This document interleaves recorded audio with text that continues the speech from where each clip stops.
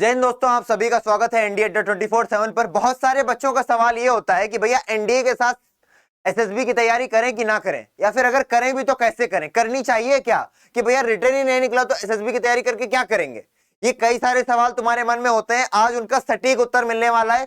Last तक video के बने रहना, तुम्हें मिल जाएंगे सारे आंसर्स। ठीक है, उससे पहले मैं बता दूं कि मेरा नाम है आदित्य तिवारी। मैं आपको इंग्लिश पढ़ाता हूं और ऐसी इंग्लिश पढ़ाता हूं कि अभी एनडीए 1 2023 में 50 में से 44 क्वेश्चंस मेरे बताए हुए निकले थे। 50 में से 44। तो आप में से कोई भी अगर एनडीए की तैयारी कर रहा है या सीडीएस की तैयारी कर रहा है, किसी भी एग्जाम के लिए इंग्लिश की तैयारी कर रहा है, पूरी तरीके से मेरे कंटेंट पर रिलाई हो सकता है। अभी बात करते हैं इस पर कि क्या हमें एनडीए के साथ साथ एसएसबी की तैयारी करनी चाहिए, और अगर करनी चाहिए तो कैसे करनी चाहिए।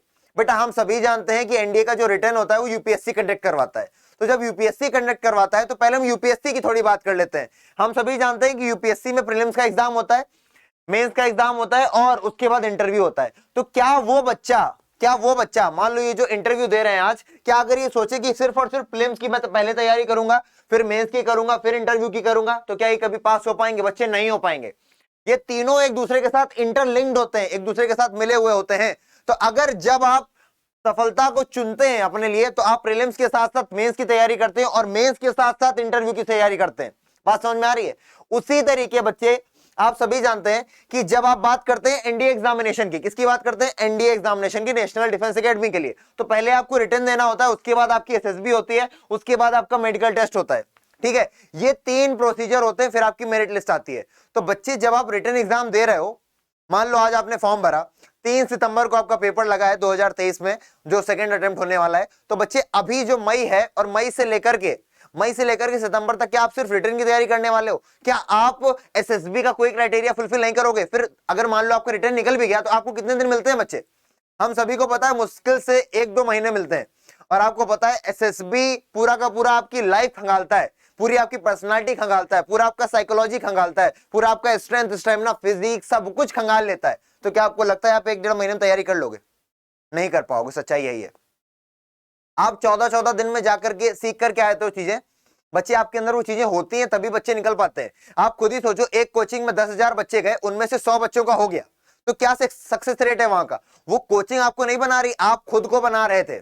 उसने केवल गाइड कर दिया आपको। हालांकि वो बातें हम बाद में करेंगे, लेकिन वही मैं बताना चाह रहा हूं कि एनडीए से लेकर के आपका मेडिकल तक का प्रोसेस जुड़ा हुआ है बच्चे। जब आपने ये ठाना कि मुझे सेना में अधिकारी बनना है, आर्म फोर्सेस में जाकर के मुझे देश की सेवा करनी है, मुझे सैल्यूट बजाना है, या मैं इस देश की सेवा करना चाहता हूं, उसी समय आपको ये पता हो जाता है कि मैं एनडीए के साथ साथ एसएसबी की तैयारी करूंगा। एसएसबी की तैयारी कैसे करूंगा? तो पहले क्वेश्चन का आंसर तो आ गया ना कि क्या मुझे एनडीए के साथ एसएसबी की तैयारी करनी है? हाँ हाँ हाँ हाँ हाँ, एनडीए के साथ साथ एसएसबी की तैयारी करनी ही करनी है। क्योंकि नहीं करोगे तो बेटा तुम हमेशा एक खंदक में रहोगे, हमेशा तुमको लगेगा कि अभी नहीं अभी नहीं अभी नहीं, परेशान रहोगे। ठीक है, बात समझ में आ गई। एसएसबी है क्या, उसके बारे में डिटेल में चर्चा करेंगे। अभी सिर्फ इतना बोलूंगा, एसएसबी अगर ये तुम्हारी पूरी लाइफ है तो एसएसबी इसका एक पार्ट है। SSB is subset of life. ठीक है ना, कई लोगों से सुना होगा, मेरे मुंह से भी सुन लिया। अभी इसके बारे में और बताऊंगा किसी और वीडियो में, लेकिन अभी मुद्दा इस बात का है कि एसएसबी की तैयारी करें कैसे एनडीए के साथ साथ। तो पहले जानो भाई रिक्वायरमेंट क्या किसकी है। चलो, let's know the requirement of NDA written examination. भाई एनडीए रिटन की रिक्वायरमेंट क्या है तुमसे? तो ये रिक्वायरमेंट्स है, मैथमेटिकल नॉलेज चाहिए, बेसिक इंग्लिश की नॉलेज चाहिए और जनरल अवेयरनेस चाहिए। जनरल अवेयरनेस में आप सभी को पता है history, geography, economics, polity, current affairs का मेजर सेक्शन और साइंस आ जाता है। ठीक है, इंग्लिश में आप सभी को पता है ग्रामर सेक्शन आता है, वोकैबुलरी सेक्शन आता है, कॉम्प्रिहेंशन आ जाता है। मैथमेटिक्स में आप सभी को पता है 10+2 लेवल की मैथमेटिक्स आती है। ये है आपका रिटन का क्राइटेरिया, रिटन की रिक्वायरमेंट। इसके बाद जानते हैं कि भाई एसएसबी की रिक्वायरमेंट क्या है। तो एसएसबी की मोटा मोटी जो रिक्वायरमेंट मैं लिख रहा हूं वो है सोशल एडेप्टेबिलिटी, वो है सेल्फ कॉन्फिडेंस, वो है फिजिकल फिटनेस और सेंस ऑफ रिस्पॉन्सिबिलिटी। भैया आपने कहां से निकाल दिया? बेटा ये जो 15 OLQs होते हैं, कौन से OLQs होते हैं बच्चे? 15 OLQs। ये वो OLQs हैं, effective intelligence, reasoning ability, organising ability, power of expression, initiative, self confidence, speed of decision, ability to influence groups, liveliness, determination, courage, stamina, social adaptability, cooperation, sense of responsibility. इन सभी से मैंने किसको derive किया बच्चे? मैंने इनको डिराइव किया। अब इन सभी को मैं कैसे मास्टर करवाऊंगा तुमसे, क्योंकि दिन प्रतिदिन जो तुम्हारी डे टू डे की लाइफ है बच्चे, तुम इन सबको मास्टर कर सकते हो धीरे धीरे। तुम्हारे पास 24 घंटे होते हैं, उसमें से तुम कितने घंटे पढ़ते हो? मैक्सिमम 10 घंटे पढ़ते होगे। मैं तुम्हें सलाह देता हूं 8 घंटे पढ़ो। तुम्हारे पास 24 घंटे हैं, 3 पार्ट में डिवाइड करो, 8 घंटे 8 घंटे 8 घंटे, 8 इंटू 3 24। 8 घंटे पढ़ने के निकाल दिए, 8 घंटे सोने के निकाल दिए, बाकी बचे 8 घंटे में तुम खेल भी सकते हो, घर वालों की मदद भी कर सकते हो, रिस्पॉन्सिबिलिटीज भी निभा सकते हो, और सो मेनी थिंग्स। अभी देखते हैं क्या क्या कर सकते हैं। तो ये समझ में आया भैया एसएसबी क्या चाहती है। अब ये भी तुमने देख लिया भाई। अब पता करो भाई how to maintain both. How to maintain both मतलब ये आपका एनडीए की प्रिपरेशन और एसएसबी की प्रिपरेशन को कैसे हम अमलगमेट करें, कैसे हम इसको एक बॉन्ड बनाएं कि जब हम एनडीए का पेपर दे रहे हो तो हमको पता हो कि हम एसएसबी में अच्छा करने वाले हैं। ये डर ना हो कि पहले रिटर्न निकले फिर देखेंगे। उसके लिए बेटा सबसे पहली सलाह जो मैं दूंगा वो ये है, start your day with 5 kilometre run. अब ये क्यों बोल रहा हूं भैया? दौड़ने के लिए, दौड़ने के लिए इसलिए बोल रहे हैं, you are the person who is acquiring, जो बनना चाहता है क्या? डिफेंस में ऑफिसर। अगर तुम डिफेंस में ऑफिसर बनना चाहते हो बच्चे, तो तुम्हारा फिजिकल फिटनेस बहुत इंपॉर्टेंट है। अब अगर फिजिकल फिटनेस इंपॉर्टेंट है तो वो कहां से आएगी बच्चे? स्टेमिना से आएगी। आपने देखा होगा 15 OLQs में से एक OLQ स्टेमिना भी है, और वो स्टेमिना कहां से आएगा? रनिंग से आएगा, एक्सरसाइजेस से आएगा, गेम खेलने से आएगा, अपने दोस्तों के साथ चिल करने से आएगा। चिल करने का मतलब ये नहीं होता जाके गेड़ियां मारना, सुट्टे मारना, कुछ भी गलत एक्टिविटी करना, लेकिन उनके साथ कुछ फ्रूटफुल डिस्कशंस करना, करंट अफेयर्स पर बहस करना, डिबेट करना, उनके साथ पुशअप्स करना लगातार, है ना। जब आप कई लोगों के साथ होते हो तो कॉम्पिटिटिवनेस आता है कि यार तुम 10 कर सकते हो, मैं 15 करूंगा, 17 करूंगा, तो आप मिल करके दोस्तों के साथ ज्यादा कर पाते हो। ठीक है, इसीलिए दोस्तों के साथ जाना बहुत जरूरी है बच्चे। ये पहली चीज होगी कि भैया अपने दिन को किससे शुरुआत करोगे? रनिंग से। कहने का मतलब सिर्फ इतना है कि अगर अभी नहीं रनिंग कर पा रहे हो, ज्यादा ही मोटे हो, तो एक्सरसाइज से शुरुआत करो, योगासन से शुरुआत करो, कई सारी चीजें से तुम शुरुआत कर सकते हो, पर शुरुआत करो। सुबह जल्दी उठने की आदत डालो। दूसरी बात क्या कर सकते हो भाई मैनेज करने के लिए दोनों चीजों को? तुम्हें जाननी पड़ेगी हेल्पिंग नेचर अपने, तुम्हें अपने अंदर डेवलप करना पड़ेगा हेल्पिंग नेचर। दूसरों की मदद करना सीखो। तुम मदद ले तो रहे हो, तुम समाज से मदद ले रहे हो, तुम अपने माता पिता से मदद ले रहे हो, तुम यूट्यूब से मदद ले रहे हो, तुम मुझसे मदद ले रहे हो, तुम अपने पूरे सराउंडिंग से मदद ले रहे हो, पर तुम दे क्या रहे हो वापस?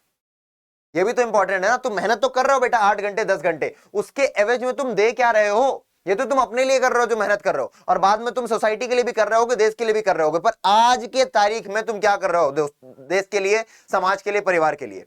वो जानना जरूरी है। इसलिए अपनी रिस्पॉन्सिबिलिटीज को जानना पड़ेगा और अपने अंदर ये हेल्पिंग नेचर डेवलप करना पड़ेगा। ये कहने को आसान बात लगती है, लेकिन हम लोग हैं नहीं हेल्पिंग नेचर वाले। हम लोग कह देते हैं हेल्पिंग नेचर डेवलप करो, और मानते भी हैं कि मैं तो बहुत हेल्पिंग हूं, पर कैसे हो? क्या तुम अपने आप को देख रहे होते हो? जब तुम्हारी गली से कोई आंटी निकल रही होती हैं 2 भारी भारी बैग लेकर के, क्या तुमने कभी टोक करके पूछा आंटी कहो तो मैं आपके घर तक छोड़ दूं आपका सामान उठा करके? क्या तुमने पूछा? तुम लड़का हो लड़की हो, इररिस्पेक्टिव ऑफ योर जेंडर, मुझे फर्क नहीं पड़ता, पर अगर तुमने डिफेंस को चुना है अपनी लाइफ के लिए, अगर तुमने इस देश की सेवा करना चुना है, तो मैं तुमसे ये उम्मीद करता हूं कि तुम हेल्पिंग नेचर अपने अंदर डेवलप करोगे। ठीक है, इस पर डिटेल में जा सकते हैं, लेकिन अभी मैं इतने में ही रोकूंगा कि अपने अंदर हेल्पिंग नेचर डेवलप करो। तुम सभी को पता है बच्चे, आर्म फोर्सेस का काम केवल जाके गोली बारूद नहीं करना होता है। तुमने मूवीज यही देख रखी हैं कि भैया तुमने बॉर्डर देख ली, तुमने टैंगो चार्ली देख ली, तुमने अभी शेरशाह देख ली, मेजर संदीप उन्नीकृष्णन वाली मूवी देख ली, तो बेटा उनका काम यह भी होता है कि भाई रेस्क्यू करें, रेस्क्यू ऑपरेशंस भी इन्हीं का काम होता है। ठीक है ना। अभी आपने देखा था जब कई सारे लोग फंस गए थे, कहां पर? पोलैंड में। पोलैंड किससे? यूक्रेन में। तो भैया हम लोग गए थे ना उनको बचाने। तो सिर्फ लड़ाई करना ही काम नहीं, हमारा काम बचाना भी है। तो बचाओगे कैसे? जब तुम्हारे अंदर हेल्प करने की उत्साह होगा, हेल्प करने का उत्साह होगा। तो बच्चा हेल्पिंग नेचर लाओ अपने अंदर, और अपने अंदर लाओ बच्चे रिस्पॉन्सिबिलिटीज। अपनी रिस्पॉन्सिबिलिटीज को फुलफिल करो। तुम्हारी पर्सनल रिस्पॉन्सिबिलिटी क्या है बच्चे? तुम्हारी पर्सनल रिस्पॉन्सिबिलिटी है तुम्हारी पढ़ाई अप टू डेट रहे। ठीक है, कि भैया जो तुम्हारे मम्मी पापा तुम पे इन्वेस्ट कर रहे हैं, इन्वेस्ट करने बोले तो पैसा लगा रहे हैं, खर्चा कर रहे हैं, खाना खिला रहे हैं, सब कुछ कर रहे हैं, तुम्हें घर में रख रहे हैं, बेटा इस तरीके से देखना होगा तुम्हें। तुम ऐसे देखो तुम्हारे पास इतना सब कुछ आ रहा है, लेकिन उसके एवज में तुम दे क्या रहे हो समाज को, अपने माता पिता को, अपने पूर्वजों को, अपने बड़े लोगों को, अपने देश को, क्योंकि हर जगह तुम ले रहे हो बच्चे, पर दे क्या रहे हो? इक्वल तो करो, बैलेंस तो करो। कैसे करोगे बच्चे? ये तरीके हैं। अपने कमरे की सफाई खुद करो, अपने जूते खुद साफ करो, अपने कपड़े खुद धो, बल्कि मम्मी की मदद करो। ये देखो अपने साथ हो रहा है। अब कुकिंग सीखो, मम्मी की मदद करो, घर की सफाई करो। केवल दिवाली होली आने पर नहीं, जब कर सकते हो तब करो। बेटा ये कहने में छोटी छोटी बातें हैं, लेकिन तुमको पता है तुम नहीं करते हो, तुम्हें पता है तुम नहीं करते हो, तो ये करना शुरू करो। इससे तुम्हारी बॉन्डिंग डेवलप होगी। वही है सोशल एडेप्टेबिलिटी, वही है, तुम्हारे माता पिता के साथ बॉन्डिंग जब अच्छी होगी, तुम्हारे भाई बहन के साथ बॉन्डिंग जब अच्छी होगी, अपने आप सोसाइटी से तुम्हारी बॉन्डिंग अच्छी होने लगेगी। बेटा किसी भी चीज की शुरुआत बेसिक लेवल पे होती है, और बेसिक लेवल तुम्हारा क्या बेटा, घर है, तुम्हारे दोस्त हैं। अगर तुम दोस्तों की मदद कर सकते हो, अगर तुम मम्मी पापा की मदद कर सकते हो, तो तुम बड़े लेवल पे भी मदद कर पाओगे, क्योंकि वो तो एक सोच है, एक विचार है, मदद करने की एक भावना है, तो वो भावना तुम्हारे अंदर डेवलप हो सकती है। पढ़ाई के साथ साथ क्या चीजें नहीं हो सकती, हो सकती हैं। यही तो चाहिए तुम्हारी पर्सनालिटी में कि भैया जो इस देश की रक्षा करने वाला होगा, उसके अंदर रक्षा करने की होनी चाहिए एक बहुत बड़ी भूमिका उसके अंदर। बात समझ रहे हैं? मैं कोशिश कर रहा हूं जितना बता सकता हूं। कई सारे ऐसे भाव होते हैं जो शब्दों में नहीं लाए जा सकते, है ना। There are many emotions which can't be translated into words. Next, साथ ही साथ बच्चे मेडिटेशन स्टार्ट करो। कह तो भैया इसका क्या रोल है मेडिटेशन का? बच्चे मेडिटेशन स्टार्ट करने से बेटा, तुम रनिंग करके बेटा बॉडी तो बना लोगे, तुम्हारे ये तो बन जाएंगे, लेकिन ये कैसे बनेगा?